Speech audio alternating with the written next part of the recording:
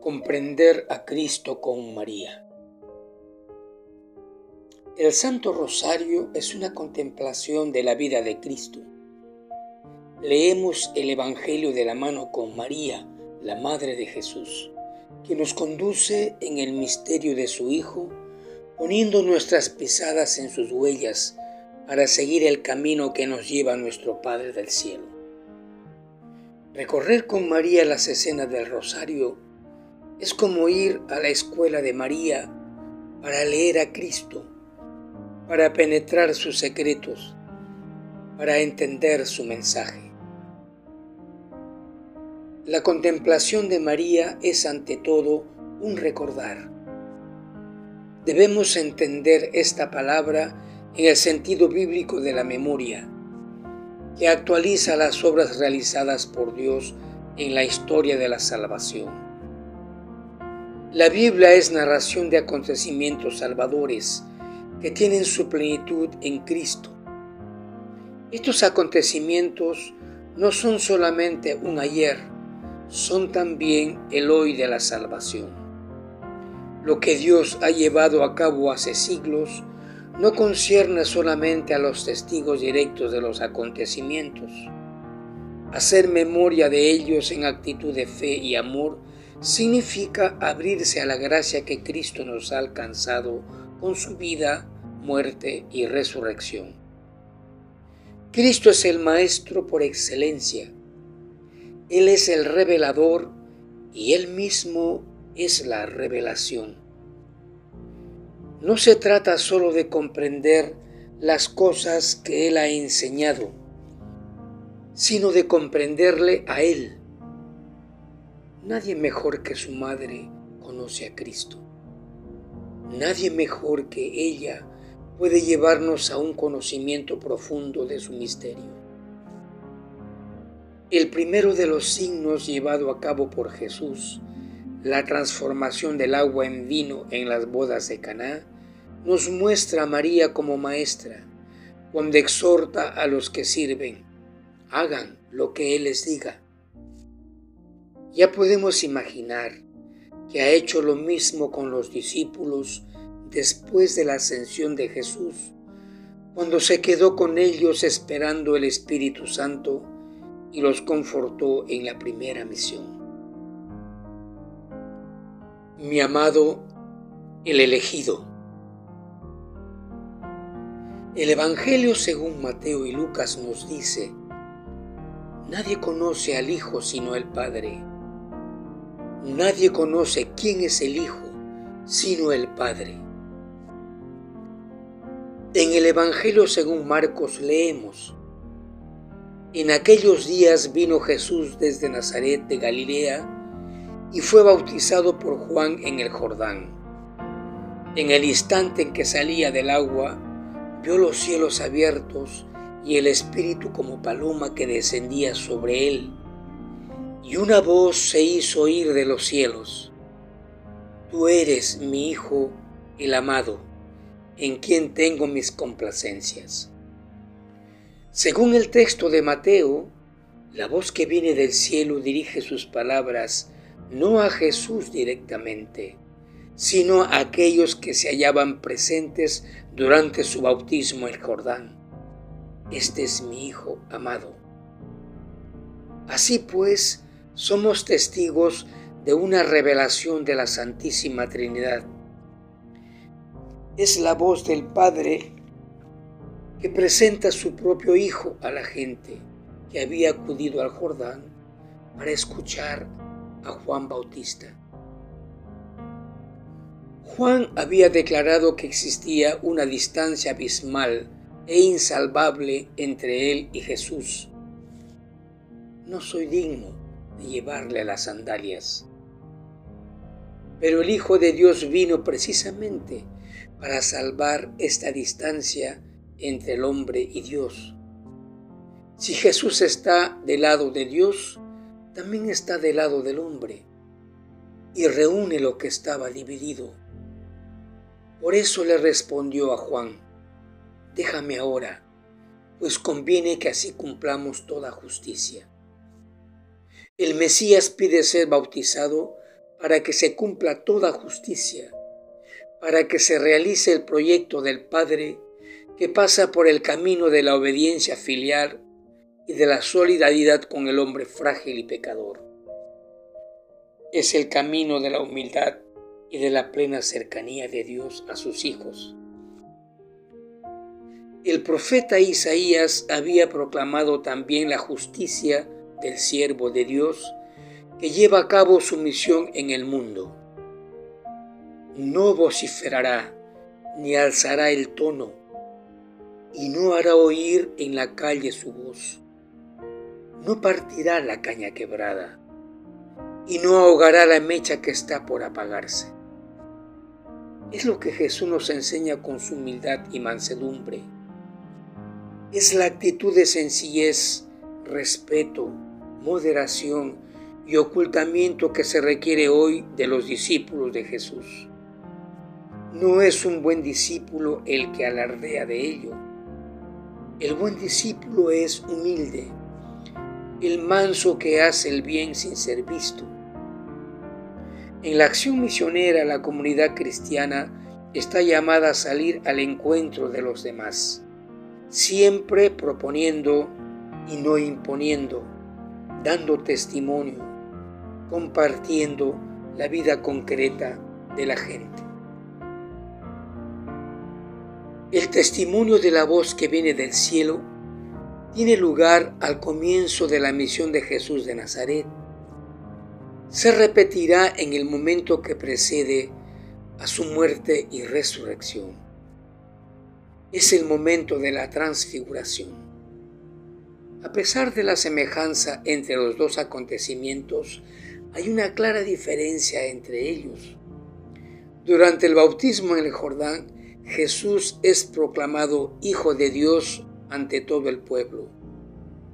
En la transfiguración se dirige solo a algunas personas escogidas. Jesús tomó a Pedro, a Santiago y a Juan y los condujo solos a un monte alto y apartado y se transfiguró ante ellos. También aparecen Elías con Moisés hablando con Jesús. Luego de superar el susto, los 3 apóstoles expresan el deseo de prolongarlo y fijarlo. ¡Qué bien estamos aquí! Después, se dejó oír desde la nube una voz. Este es mi Hijo amado, en quien me complazco. Escúchenle.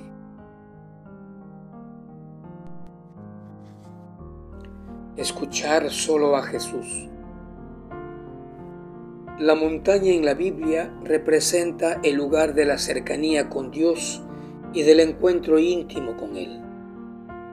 El lugar de la oración, donde estar ante la presencia del Señor. En la montaña, Jesús se presenta a los 3 discípulos, transfigurado, luminoso, y se escucha la voz del Padre que proclama a Jesús como su Hijo predilecto, diciendo: escúchenlo. Esta palabra es importante. Lo que nuestro Padre dijo a estos apóstoles nos dice también a nosotros: escuchen a Jesús, porque es mi Hijo predilecto. Nosotros somos discípulos de Jesús. Estamos llamados a escuchar su voz y se toma en serio sus palabras. Para escuchar a Jesús es necesario estar cerca de Él, seguirlo, como hacían las multitudes del Evangelio que lo reconocían por las calles de Palestina. Jesús era un maestro caminante que proponía las enseñanzas que le había dado el Padre a lo largo de las calles, recorriendo distancias imprevistas y a veces algo incómodas. Seguir a Jesús para escucharlo. En este episodio de la Transfiguración, quisiera señalar 2 elementos significativos que sintetizo en 2 palabras: subida y bajada. Tenemos necesidad de apartarnos en un espacio de silencio, de subir a la montaña. para reencontrarnos con nosotros mismos y percibir mejor la voz del Señor. Esto lo hacemos en la oración. Sin embargo, no podemos permanecer siempre allí. El encuentro con Dios en la oración nos impulsa nuevamente a bajar de la montaña y a volver hacia abajo, a la llanura, donde nos encontramos con muchos hermanos abrumados por fatigas, enfermedades, injusticias, ignorancia, pobreza material y espiritual. A estos hermanos nuestros que están en dificultad, estamos llamados a brindarle los frutos de la experiencia que hemos vivido con Dios, compartiendo con ellos la gracia recibida. Cuando nosotros sentimos la palabra de Jesús, escuchamos la palabra de Jesús y la tenemos en el corazón, esa palabra crece. ¿Y saben cómo crece? Dándola a otro. La palabra de Cristo en nosotros crece cuando la proclamamos, cuando nosotros la damos a los demás. Y esta es la vida cristiana. Es una misión para toda la iglesia, para todos los bautizados, para todos nosotros. Escuchar a Jesús y ofrecerlo a los demás. Los discípulos bajaron del monte, transfigurados por el encuentro con el Señor. Es el recorrido que podemos hacer también nosotros. Descubrir cada vez más vivo a Jesús, cargados con la fuerza del Espíritu Divino para decidir nuevos pasos de conversión y para testimoniar constantemente la caridad como ley de vida cristiana. Transformados por la presencia de Cristo y del ardor de su palabra, seremos signo concreto del amor vivificante de Dios para todos nuestros hermanos, especialmente para quien sufre, para los que encuentran en soledad y abandono, para los enfermos y para la multitud de hombres y de mujeres que en distintas partes del mundo son humillados por la injusticia, la prepotencia y la violencia. Solo el rostro de Jesús irradia luz. Todos los demás profetas, maestros, teólogos y doctores tienen el rostro apagado. Solo Jesús tiene la última palabra. Escucharle a Él hasta el fondo es una experiencia a veces dolorosa, pero siempre curadora y gratificante. Jesús no es el que habíamos imaginado desde nuestros esquemas, prejuicios o tópicos. Su misterio nos desborda. Su rostro adquiere cada vez más luz. Su vida, su muerte y su resurrección nos atraen cada vez más. Casi sin darnos cuenta, Jesús está transformando nuestras vidas. Nos arranca de seguridades muy queridas para atraernos hacia una vida más auténtica y gozosa. En Él descubrimos a alguien que conoce la verdad última, alguien que sabe por qué y para qué vivir, alguien que nos enseña las claves para construir un mundo más humano y justo, y una iglesia más fiel a su misión y más feliz. Él ha de ser siempre el centro de nuestra iglesia. Cuando rezamos el Santo Rosario, seguimos paso a paso los misterios de la vida del Señor, que nos invita nuevamente a subir a la montaña para estar con Él, para escuchar nuevamente al Padre decir: Él es mi Hijo amado, escúchenle. Y para ser transfigurados con el Hijo amado. De este modo podemos repetir con San Pablo: Cristo es nuestro modelo único. Cristo es mi vida. Ya no vivo yo, es Cristo quien vive en mí. Debemos crecer en la estatura de Cristo.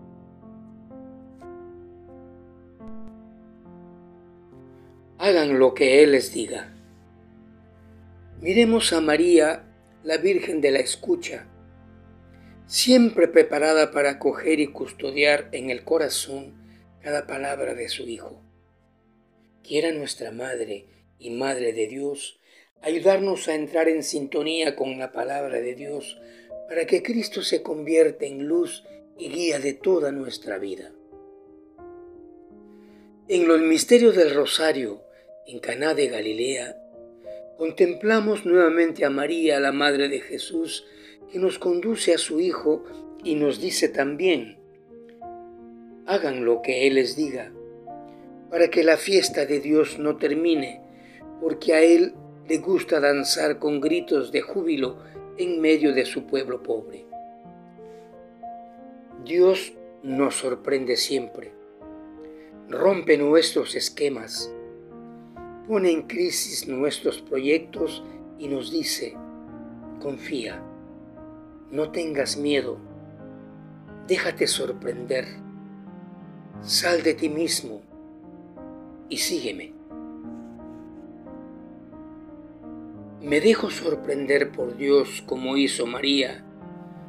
¿O me cierro en mis seguridades materiales, seguridades intelectuales, seguridades ideológicas, seguridades de mis proyectos? ¿Dejo entrar a Dios en mi vida?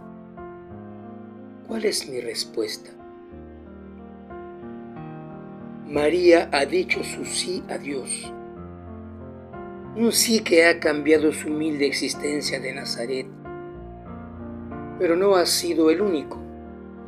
Más bien ha sido el primero de muchos otros sí, pronunciados en su corazón, tanto en los momentos gozosos, en los momentos luminosos, como en los dolorosos. Todos estos sí culminaron al pie de la cruz y se transfiguraron en los momentos gloriosos de la resurrección. María nos ilumina. Ella también debe iluminar nuestra misión evangelizadora. Hay un estilo mariano en la actividad evangelizadora de la Iglesia, porque cada vez que miramos a María, volvemos a creer en la revolución de la ternura y del cariño.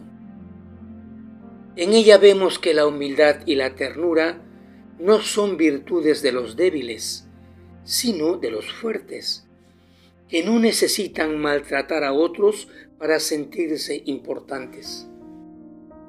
Mirando a María, descubrimos que la misma que alababa a Dios porque derribó de su trono a los poderosos y despidió vacíos a los ricos, es la que pone calidez de hogar en nuestra búsqueda de justicia.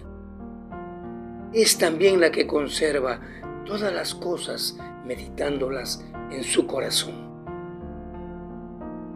María sabe reconocer las huellas del Espíritu de Dios en los grandes acontecimientos y también en aquellos que parecen imperceptibles. Es contemplativa del misterio de Dios en el mundo, en la historia y en la vida cotidiana de cada uno y de todos. Esta dinámica de justicia y ternura, de contemplar y caminar hacia los demás, es lo que hace de ella un modelo eclesial para la evangelización. Le rogamos que con su oración maternal nos ayude para que la Iglesia llegue a ser una casa para muchos, una madre para todos los pueblos y haga posible el nacimiento de un mundo nuevo.